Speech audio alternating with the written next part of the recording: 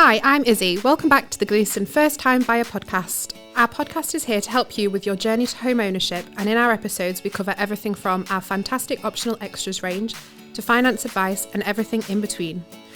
You'll be able to find our podcast on all the most common streaming services, but also on our YouTube channel, which you can find by searching the Gleeson Homes First Time Buyer podcast. In today's episode, we're joined by Tim Ashmore, who is the Head of Sales at Heylo, the UK's leading shared ownership part buy, part rent providers who Gleeson Homes work closely in partnership with at a number of our developments. We're going to be chatting about what Home Reach is, how it works, what developments we have it available on, and most importantly, how shared ownership can help our customers onto the property ladder. So, without further ado, welcome to the podcast, Tim. Please could you introduce yourself to our listeners and tell them a bit about your role with Gleeson and Heylo? Of course. So, as you say, I work as the Head of Sales for Heylo. So my role within Heylo has been nearly 4 years, and predominantly what my job is to obviously make sure that the product is working well out in the marketplace, and that's obviously with the house building partners that we work with, and just making sure that everything sort of runs efficiently, really. Amazing. So first things first, what exactly is the Home Reach shared ownership scheme and how does it work? So it's fairly similar to most of the shared ownership schemes. It's nice and simple in the sense that a customer can purchase between a 25 and 75% share of a property. The bit that they don't own, they then pay a rent. So they pay a protected rent, which gives them a bit of sort of security in that sense. And it also means, because they're buying a percentage of the full market property, that the deposit requirements for the customers are lower. So we tend to tap into the market of people that maybe didn't think they could buy, but now can. Amazing. And who can apply for shared ownership? What's the eligibility for shared ownership? So it's a really simple sort of process in terms of applying for shared ownership and the eligibility side of things. Predominantly the biggest sort of barrier you've got is the affordability. So there's two stages to applying or going ahead with a shared ownership property. First is obviously the affordability side, so that will run through what your affordability looks like, what your income expenditure, just to make sure that the actual rent side of things is also going to be affordable for you along with the mortgage. Yep. So that's done through the financial advisors, predominantly the ones that we work with the house builder.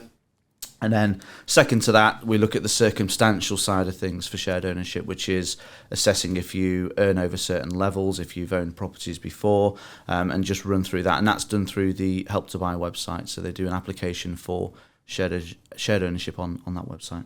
Amazing. And so that leads nicely into my next question. With the government-backed Help to Buy recently ending, what effect does this have on the shared ownership scheme?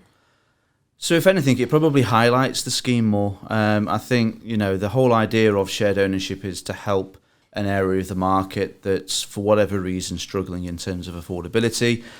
Help to Buy was a very similar scheme for that. So with that being phased out, we'll probably find that shared ownership will become a little bit more into the limelight. So, schemes like our own will start sort of bridging the gaps as to where people were buying through Help to Buy before. Yep. Now can buy through shared ownership. Because with shared ownership, you can buy up to 75%. Right. So because you can buy up to that level, you're kind of almost tapping into the 80% options that people had through the Help to Buy equity previously. So it's certainly going to be a little bit more widespread now than it has been before. Yeah. Amazing. We currently have a number of developments with shared ownership available on.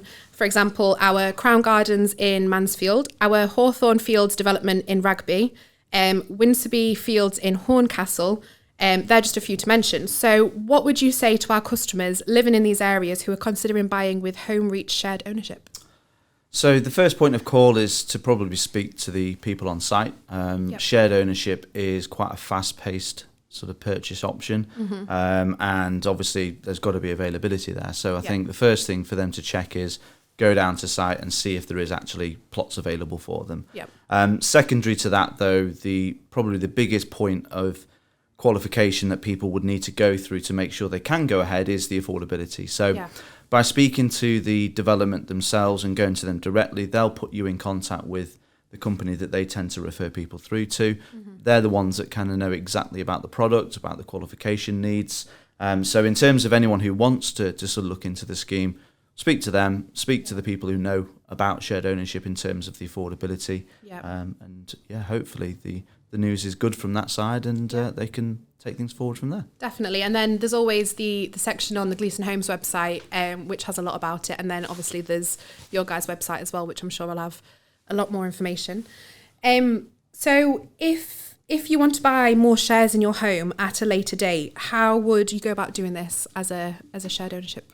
Yeah, so the idea of shared ownership traditionally was always to try and own 100% of the house. So the staircasing process, which is the terminology we use for buying more shares, is actually really, really simple. They need to understand what the house is worth. So they need to get a valuation done on that property. So that gets done by a chartered surveyor who says that that property is worth X amount of pounds. Once they've got that, they'll contact us to say that that's what they want to do in terms of buying more shares. We'll understand what that share purchase looks like. So it might be a percentage, it might be a pound note, and we'll correlate that in terms of what they're going to be owning additionally. And then they just go through a process of going through the application, whether it's through mortgage, they'll go back through the mortgage application, obviously involve the solicitors just to make them aware that they're wanting to buy a higher share. But the actual process itself is other than getting a valuation done on the property, is really simple thereafter in terms of getting more share. Amazing. And in your opinion, what are the 3 top benefits of buying with shared ownership as opposed to other schemes available? Well, shared ownership in itself is probably the biggest benefit, because ultimately you're able to buy a property that you can't afford at the moment. And it's not because you are overstretching what you want to get. It's more so that your ability to get that property isn't there. So shared ownership its main sort of benefit is to give you that option to buy that property that you need. In terms of the other aspects on the scheme, it's your home. You know, it's not a rental property where we'll come round and do inspections, or it's not a property that we'll come over and just make sure that you're looking after it. It's one of those where it's your property, you've signed into it, it's quite right to enjoyment and that type of thing. So you'll just live in it as if it was your own property, and we're completely silent in the background. And you know, I think ultimately what we're sort of able to offer is, as I say, that solution for someone, especially now with the rental market being as chaotic as it is, that bit of security. You know, they co-own that property with us, but they enter into a long-term lease with us, so we've got that sort of practically indefinite sort of security that they'll need to sort of own their home. Yeah, and I think it ties in really nicely just with our kind of like values of home ownership, doing what you can afford to do, whatever you want with it, and it's kind of the best of both worlds in a way, where it's even more affordable than a Gleeson home already is.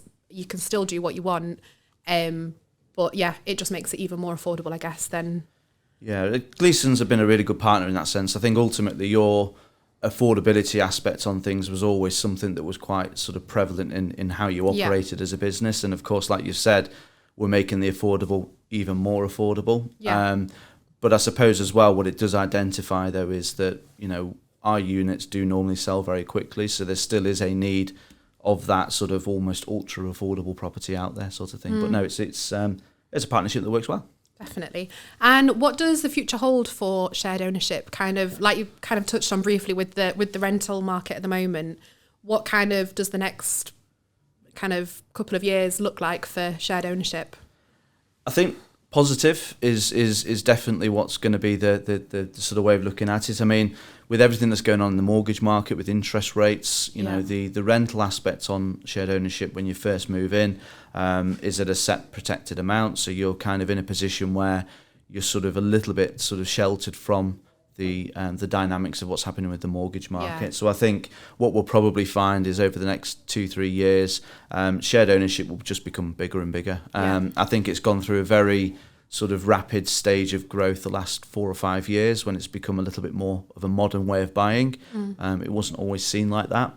So I think the benefit we'll probably find now is that brand awareness in terms of shared ownership itself, its acceptance in the marketplace, and that type of thing will only sort of go up and up and up. So for us, it's great. You know, we're dealing with a lot of inquiries in terms of future sites and stuff. So amazing. It's the future. How do you go about kind of picking the sites, or what's the kind of criteria from a site point of view to warrant or to qualify for shared ownership? Is there kind of a qualification for developments?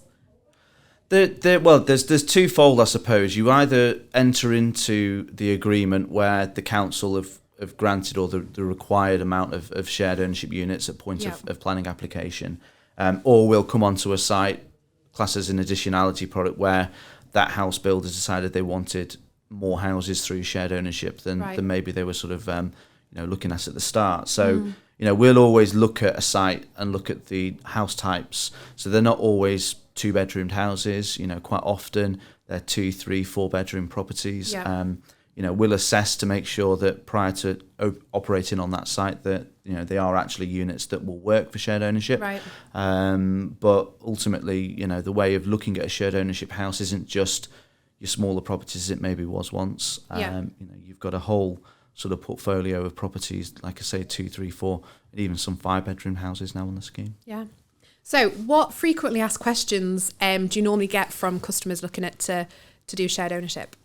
I think a lot of the questions that we get asked are from people who maybe don't either understand the house buying process or the process of owning a shared ownership house. So you get a lot of people who come from a rented background.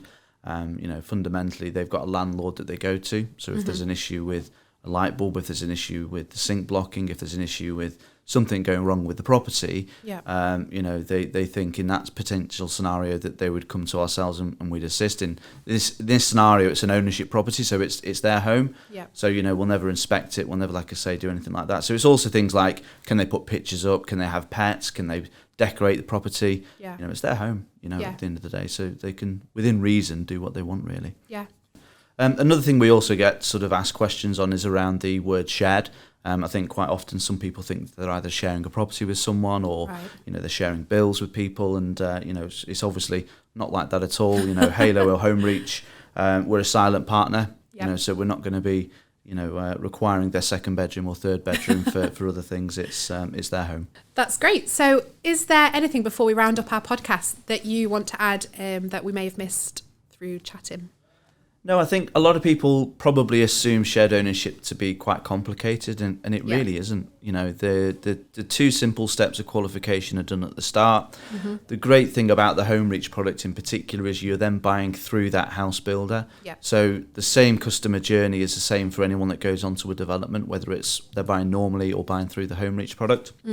So to anyone who's considering shared ownership, it's not a inferior product. It's not a product that you've got to almost be ashamed to admit that you're purchasing. It's very much a modern purchase method these days. So I think anyone who's considering it, go down to a site that you can see that you like the idea of, see if there's options on that site. If there isn't, they may direct you to a local site that has options. But in terms of it being a complicated product, it can't be more simpler, really. Amazing. I think that'll certainly help our customers understand why shared ownership's an amazing choice to go through. Thank you so much for joining me on the podcast today. You're welcome. Thanks for having us. That concludes today's episode. Thank you for tuning in, and don't forget to hit follow and subscribe on our Spotify and YouTube channel so you don't miss an episode. Thank you for listening.